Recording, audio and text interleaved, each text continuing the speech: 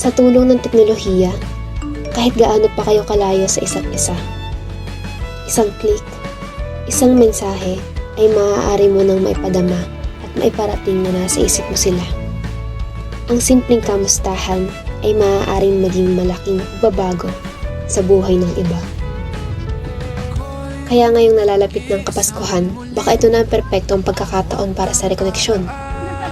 At sa maliit na hakbang na ito, maaari tayong maging tulay ng ligaya, inspirasyon, at pag-asa sa bawat isa. Ikaw, sino ang gusto mong kamustahin?